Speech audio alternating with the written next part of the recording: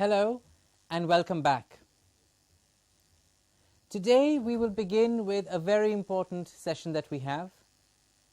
We've completed all the vowel sounds. We've looked at how vowels are formed. I hope you remember that.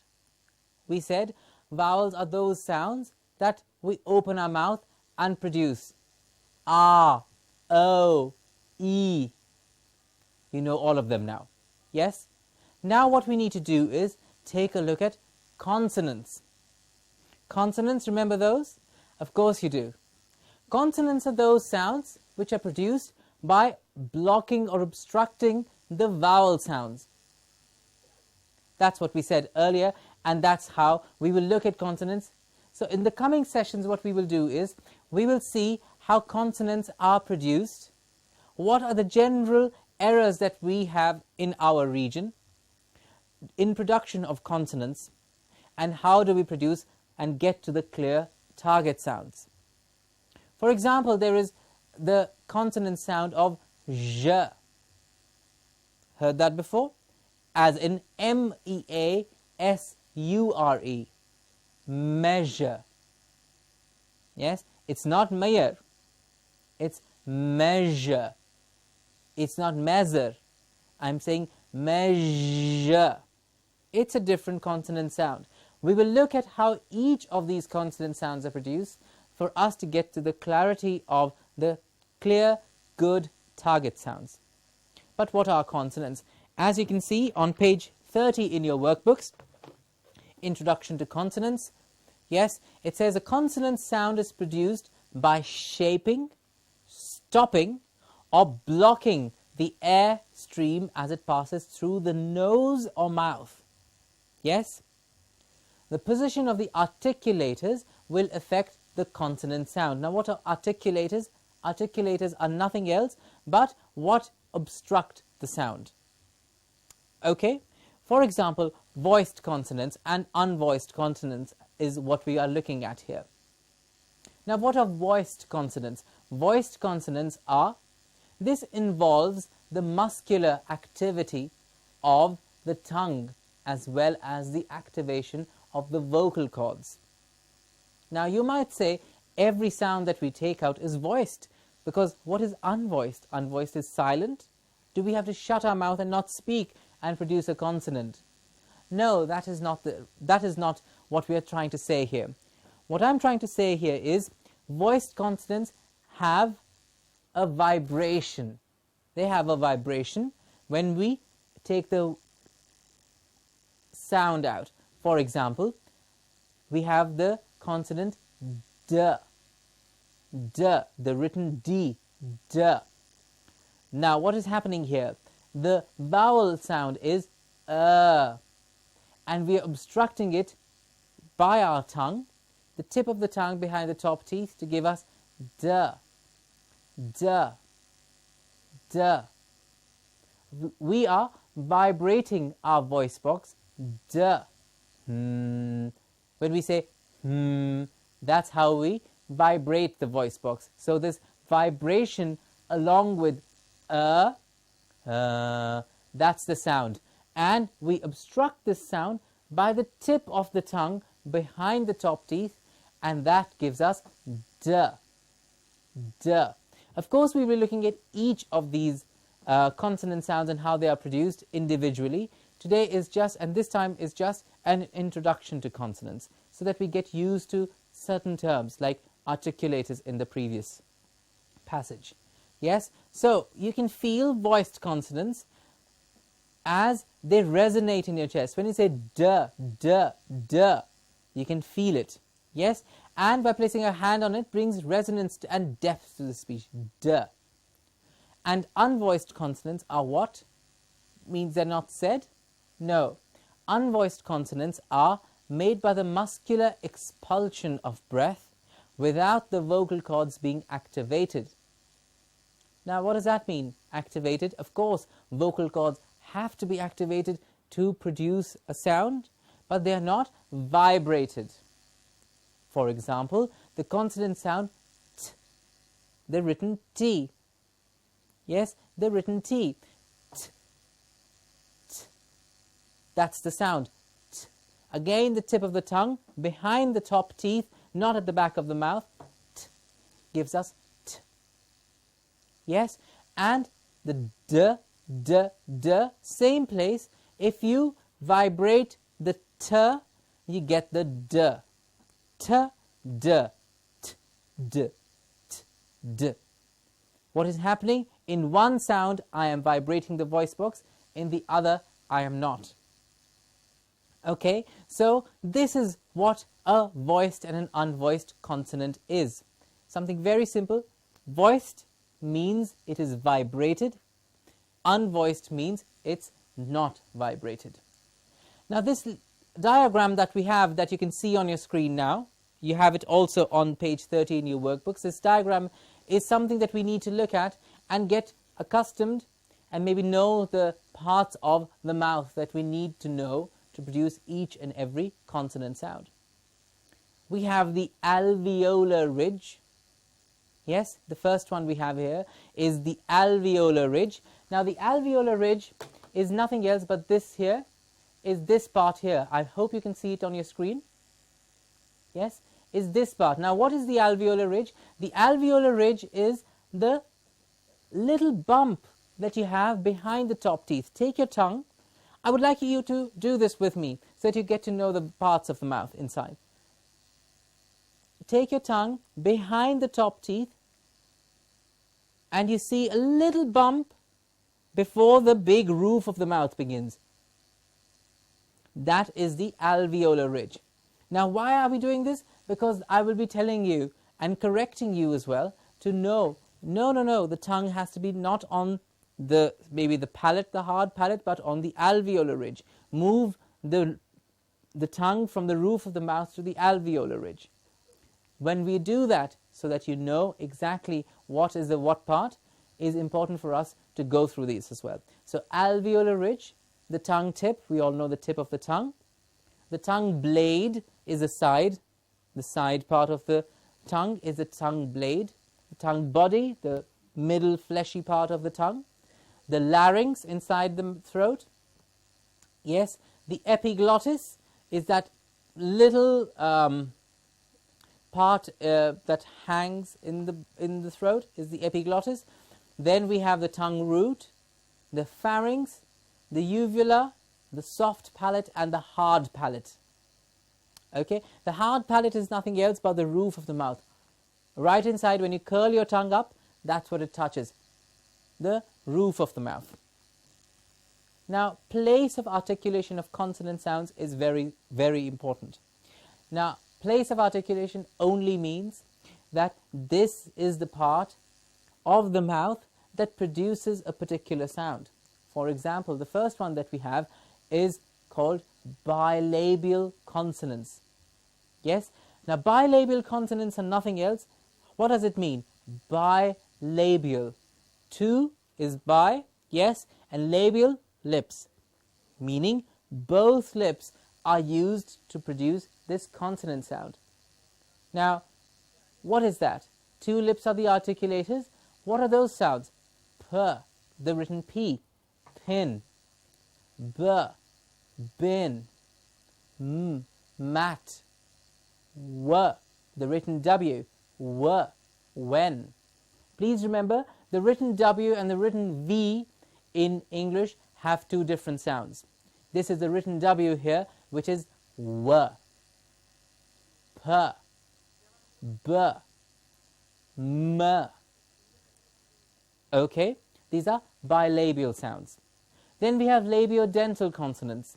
Labio, we said lips, and dental means the teeth. So labiodental consonants, the active articulator is the lower lip. Okay, the active articulator is the lower lip, and the passive articulator are the upper front teeth. Yes, flower, vase. These are labiodental, meaning the lip is going between the teeth to give us the f or the v sound. The lip and the upper teeth are the articulators. Articulator, as we said, is the part of the mouth that produces the sound. V, f, Okay, then we have dental consonants. Now, some might say dental, meaning the teeth are producing some sounds on their own that I've never heard. No, that's not what we are saying here.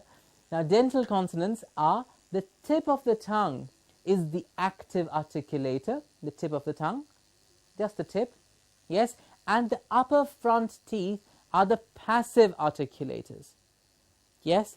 Now, what could this be? Like th, thick, th, thick, the, the, these are dental sounds. Of course, I'm not showing you or explaining too much about how each of these sounds is produced. We're just getting to know bilabial, labiodentals, and dental consonants. Each sound, of course, is covered individually in the coming sessions. Then we have alveolar consonants. Now, alveolar consonants are the tip or the blade of the tongue is the active articulator, and the teeth ridge, that little bump that we said, the root of the teeth, is the passive articulator.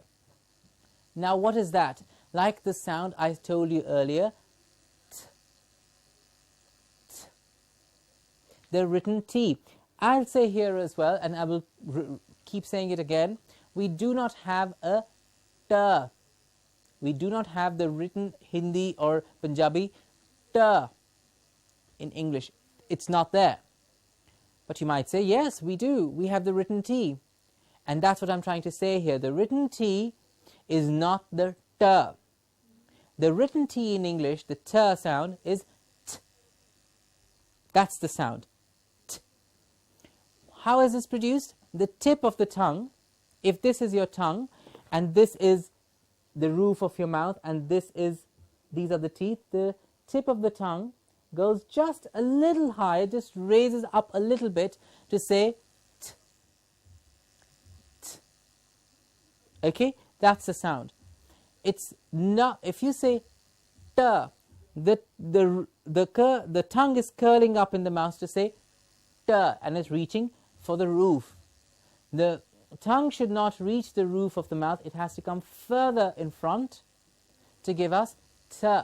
So, dental consonants, the alveolar consonants, that's where we were. Alveolar consonants, we have the teeth ridge is the passive articulator, and the active articulator is the tip of the tongue. For example, we have the t, d, n, s, z, l, z as in zoo. There are some regions in Punjab and some of us who do not know how to produce the z sound.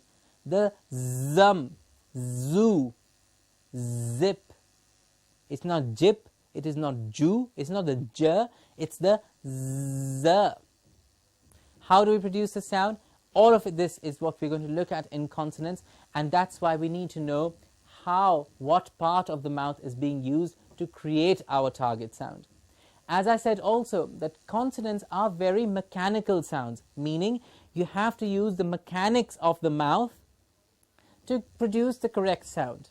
So for you as teachers and trainers, you will have to be absolutely clear in production of the sound, how it is being produced, and it is very simple to correct this sound, consonant sounds, because it's exactly at the place of articulation. If the tongue is the tip of the tongue behind the top teeth, you get t.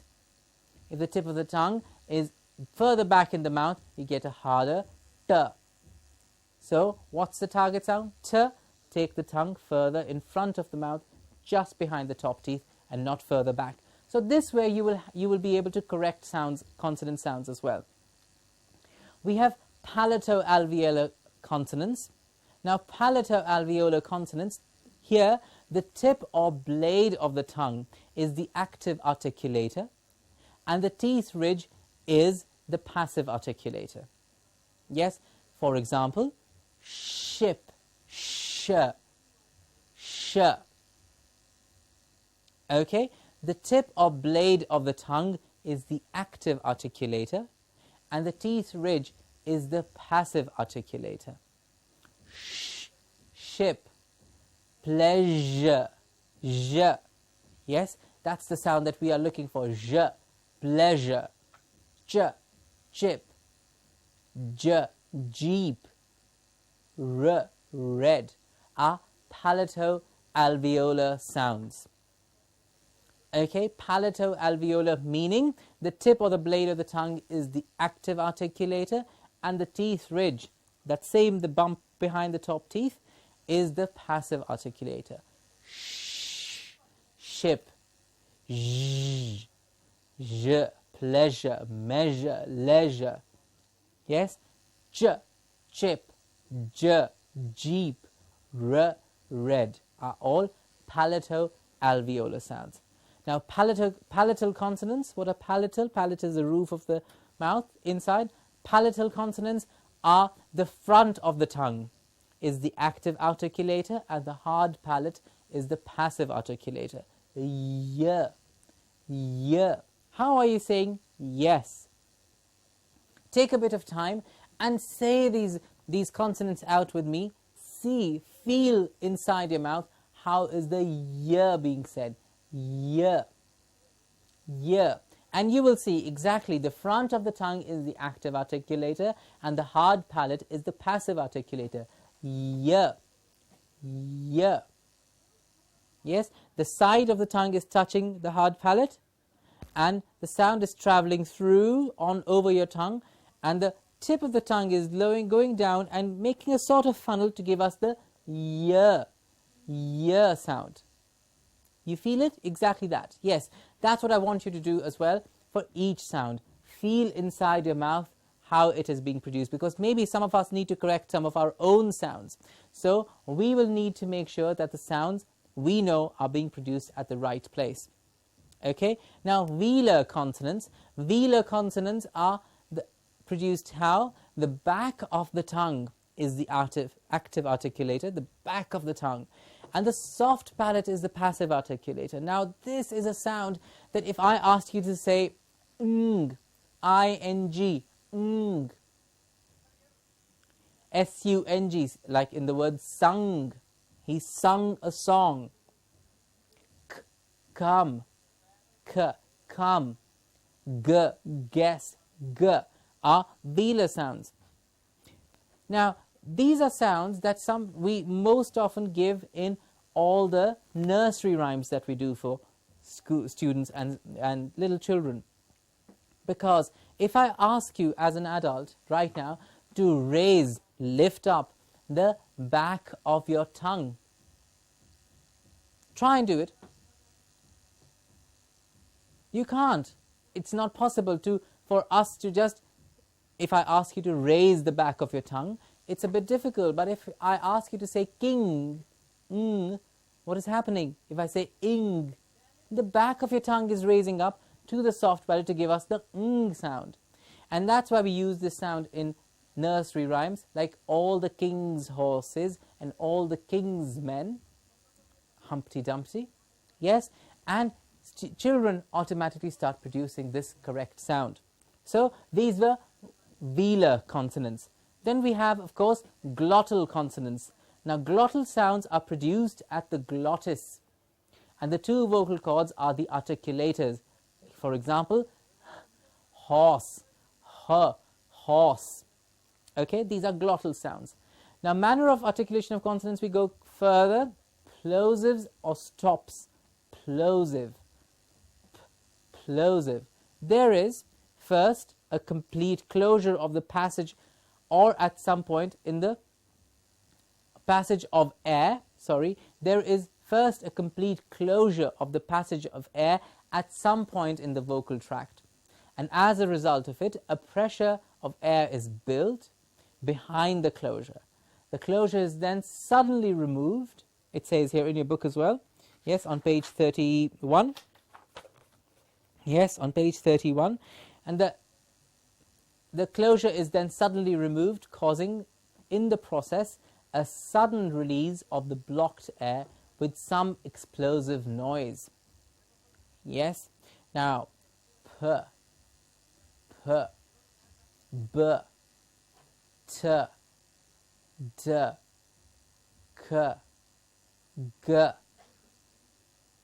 are all plosive sounds. What do we mean by plosive sounds? There is no air. How is this happening? What is it? Now, I would like you to take your hand, okay, and say p, p, the written p, p, p, p. Now, what is happening? You should feel a small puff of air on your hand when you say p, p, p. What is happening? In p, there's a small puff of air that comes out. I'm not saying p, I'm saying p. I'm not saying b, I'm saying b. These are softer sounds where a bit of air comes out when you say this particular sound. For example, p, b, t, d, k, g. Okay, these are plosive sounds. Just for you to know, plosive means a bit of air comes out when you say these sounds. It will become much clearer when, of course, we do each of these individual sounds like p, b, t, d, k, g. Yes? Affricates. Now, affricates are produced in 3 stages, as in the case of plosive. The first 2 stages are the same as plosives. Now, the building of air pressure behind the closure follows the complete closure of air passage. But unlike plosives at the 3rd stage, the air is released slowly. When we say,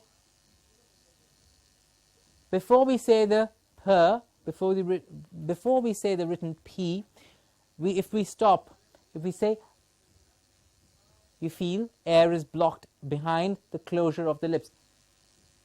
And then we open the lips to let the air out in one go, and it says pl, p.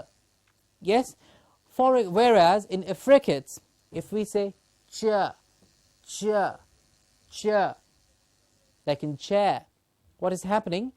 Ch. Air is released continuously. Yes? Ch, j. There is no total closure and air being released in one go. There is total closure, yes, j, but air is released continuously. Ch, j are affricate sounds. Then we have, of course, nasal sounds. Yes, sounds being produced by the nose. Of course, in consonant sounds that are being produced by the nose, not other sounds produced by the nose, which says here, in the production of nasal sounds, nasal passage remains open. The lung air passes freely through the nose, but the oral passage remains closed. For example, mat, mat, nap, nap. So we've closed the throat and the air is going through the nose to give us map, nap, sung. It's a nasal. These are nasal sounds. Then we have fricatives. There is no closure anywhere in fricatives. There is only a narrowing. Yes, the active articulators come very close to the passive articulators, leaving only a narrow gap between the two. When the air passes through a narrow gap, it causes audible friction. You'll see which ones these are, and you'll know exactly what we mean by this. As the air can pass continuously, the sound produced in this manner can be continued sound. It's a continued sound. Yes, thus fricatives are continuance and are accompanied by audible friction, like fan. Okay, fan, fan. Good. Fan, fan. Exactly. What is happening here? The air is going through flower, and the audible friction is heard very clearly. Van, thick, the, that, so, zoo, ship, pleasure, horse are all fricatives. Yes, of course we'll be doing each of these sounds individually. It'll be much clearer there as well. Then we have laterals. A lateral is produced when there is only a partial closure. Some point in the mouth, so that the airstream can escape on one or both sides of the contact. Now, since the air can pass continuously, the sound produced can be continuous, or it can be continued. For example, love, love. What is happening here? Tongue is going up behind the top teeth, and air is passing over the sides of the tongue, love. I hope you're all doing this with me to see and feel how each of these sounds are produced and what are lateral sounds. And then we have some approximants and semi-vowels, or we also call them glide. Now, semi-vowels are vowels that function as consonants. How is that? Were. Were. Why is the written W an approximant or a semi-vowel? Because there is really no obstruction. When we say the W, way, the only thing that's happening is the lips are going forward, becoming kind of a round to say were. Were. Exactly. So, were, the written W is an approximant. R, the same way. Y are approximants or semi-vowels as well. We have this table, consonant distinction in tabulated form, exactly what we've done. Place, bilabial, labiodental, dental, alveolar, palatoalveolar, palatal, velar and glottal. And we have the manner under that. Manner is nasal, plosive, a fricative, lateral or approximant. And which one is produced by what is in this table. It's a very comprehensive, very good table that we've made for you here, because exactly you will know which one is what. So you see, a s or a z sound is a fricative alveolar, whereas a r is an approximant, a palatoalveolar. Do you follow that? Yes, it's a very important table. Maybe you can have it up in class. Maybe you can give it to your students, maybe just for yourselves. Let's do an activity. Now we need to choose the correct response. I will say a sentence, and you need to choose if it's price or prize. We've given you two options there. Okay? The first sentence is, you look at it before buying anything, and you get it for winning. You look at it for buying anything, and you get it for winning.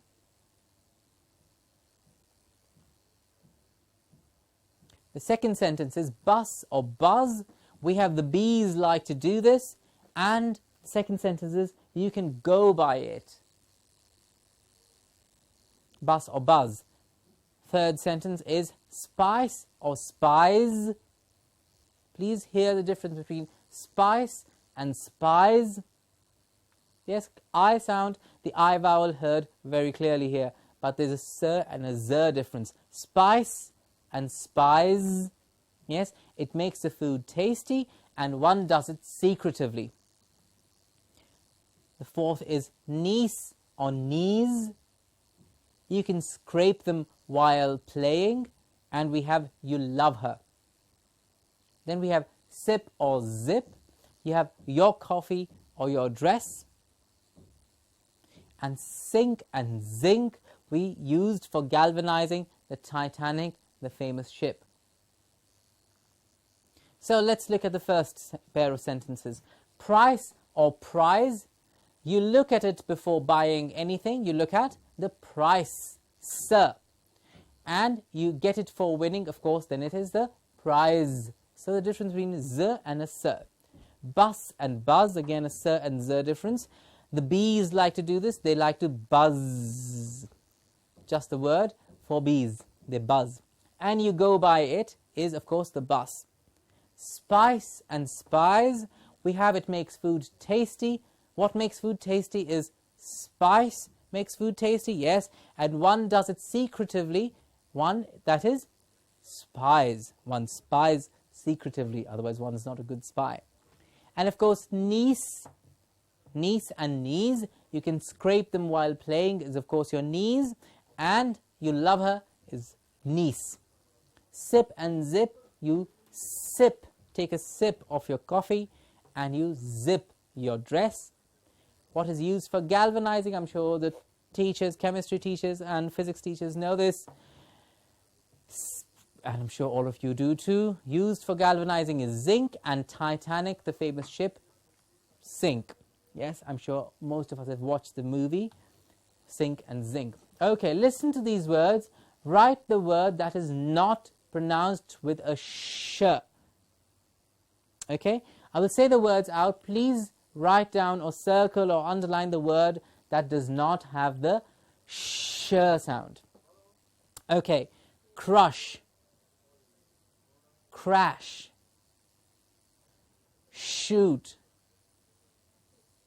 parachute, China, Michigan, chemist, cash,